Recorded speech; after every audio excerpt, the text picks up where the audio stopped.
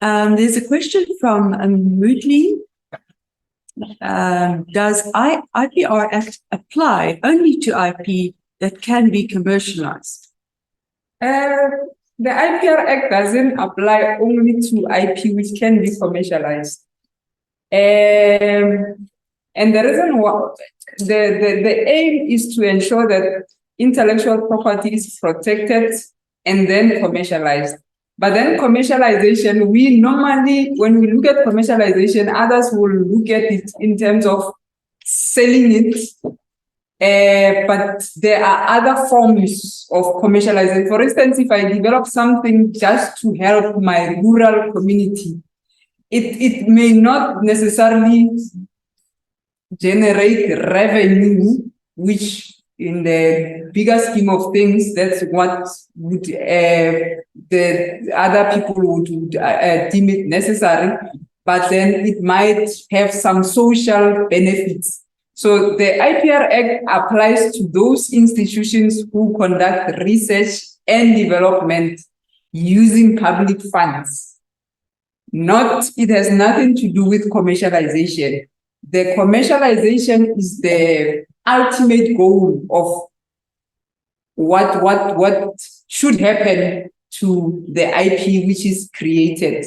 But when you assess whether it falls within the IPR Act or not, it has nothing to do with commercialization potential. It's publicly funded, and you use those funds to do research and development. So the research and development definition, it's what has been used in the what they call Frascati manual. So if for instance you are not doing any research and development, you are just putting things together, or let me just say, I don't know what example I can use, but for instance, if you are using public funds and then your role is to fill potholes, it has nothing to do with research and development. You use public funds, but you didn't do research and development.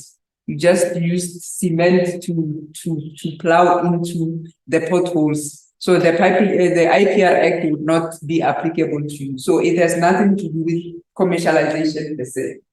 Thanks for that question. Mr. Mlogu, can I ask, well, actually both of you, but what is the difference between tech transfer and a new venture?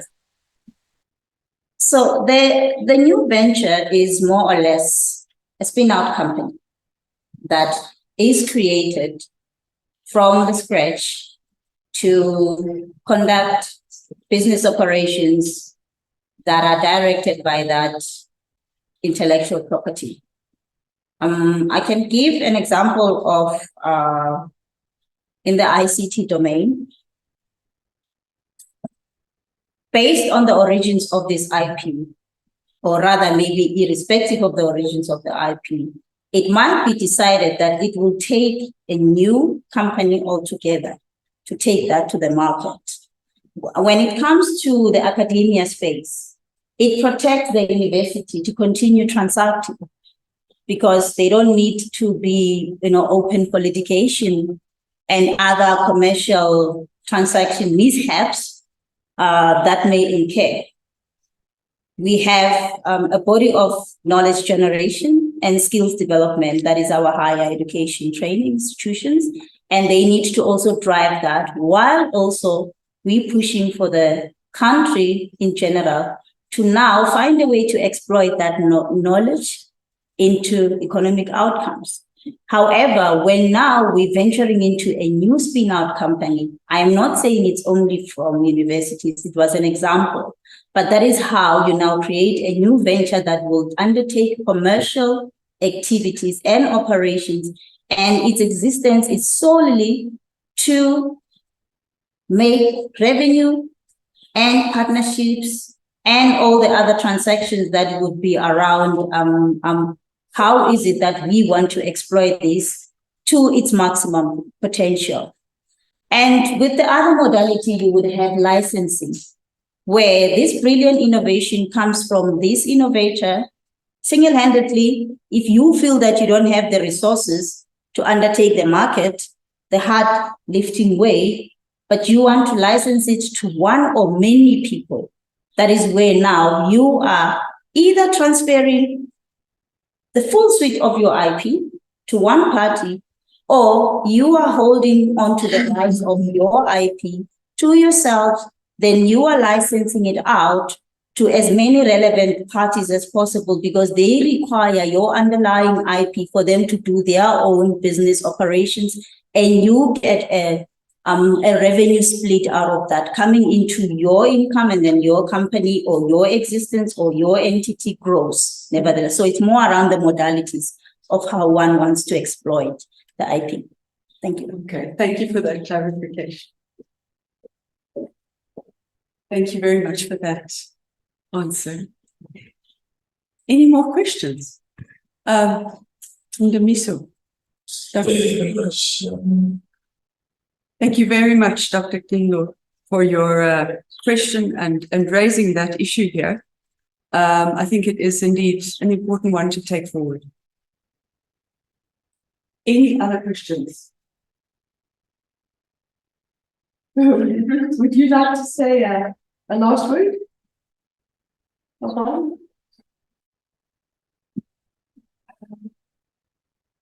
Okay, from my side, I think within the NSI, there's been a lot of progress, but I still reiterate that more work still needs to be done. And I think if we collaborate as much as possible and we work together as much as possible, we can reach or achieve even greater outcomes than what we have been able to achieve so far. And the responsibility to uplifting the South African society rests on all of us working together. We don't have unlimited resources. So the more effective and the more inventive we can be with the use of those resources, or where we can share knowledge and other tools, it will work in our favor, as opposed to always focusing on my individual mandate and just my own responsibilities. So if we can put our heads together, we can reach even the greater population, which is still behind. And sometimes it's just access to information. How do we make it as simple and accessible to everybody else? We can say that everybody has a phone and all those things, but if I don't understand the legal way or how to get access to knowing who funds what, then it puts us back and frustrates the people who are not within the system. So from my side, I think collaboration is far better in the economy that we are in, and to share the knowledge, the resources as much as possible. So I thank you for being attentive. I thank you also for thinking outside the box and putting certain issues on the table so that we can actually deal with them or try to find solutions where there are problems. And it's not going to take a day or so, but slowly we will get there. Thank you. Yes.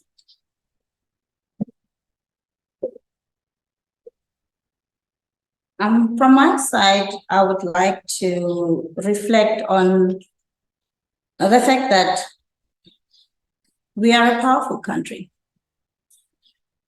We have an abundance of minerals that have driven commodities and created us a livelihood as a country. However, we have this other dimension that is limitless, the knowledge economy. Mind and minefields of humans working about with the best of ideas that can take our country forward.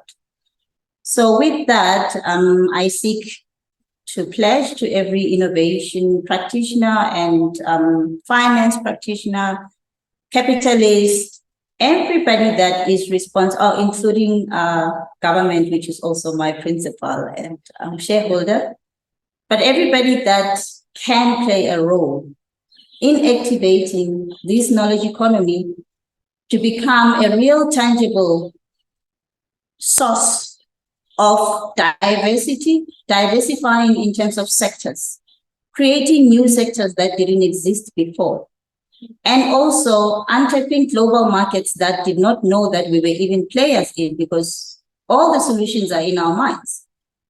So all those are mandated, or rather employed, or maybe have the conviction to move the country forward, can take a vested interest in cooperating to make sure that not just only the minerals and our land and the agriculture sectors give us a livelihood, but also we start harnessing from the actual humans that we are training in all walks of life to come up with solutions that will be able to fix our social ills, solutions that will be able to generate revenue for our country in terms of GDP.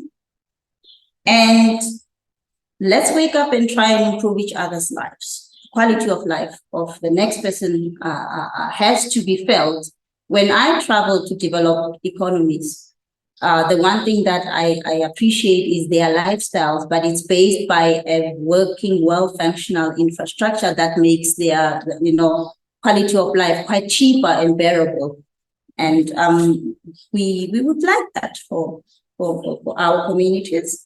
And let's have an education system that will encourage innovative thinking at grassroots level. Let's have these kids enter into the education system already thinking out of the box and critical thinking and becoming entrepreneurs of the future. Thank you for inviting me.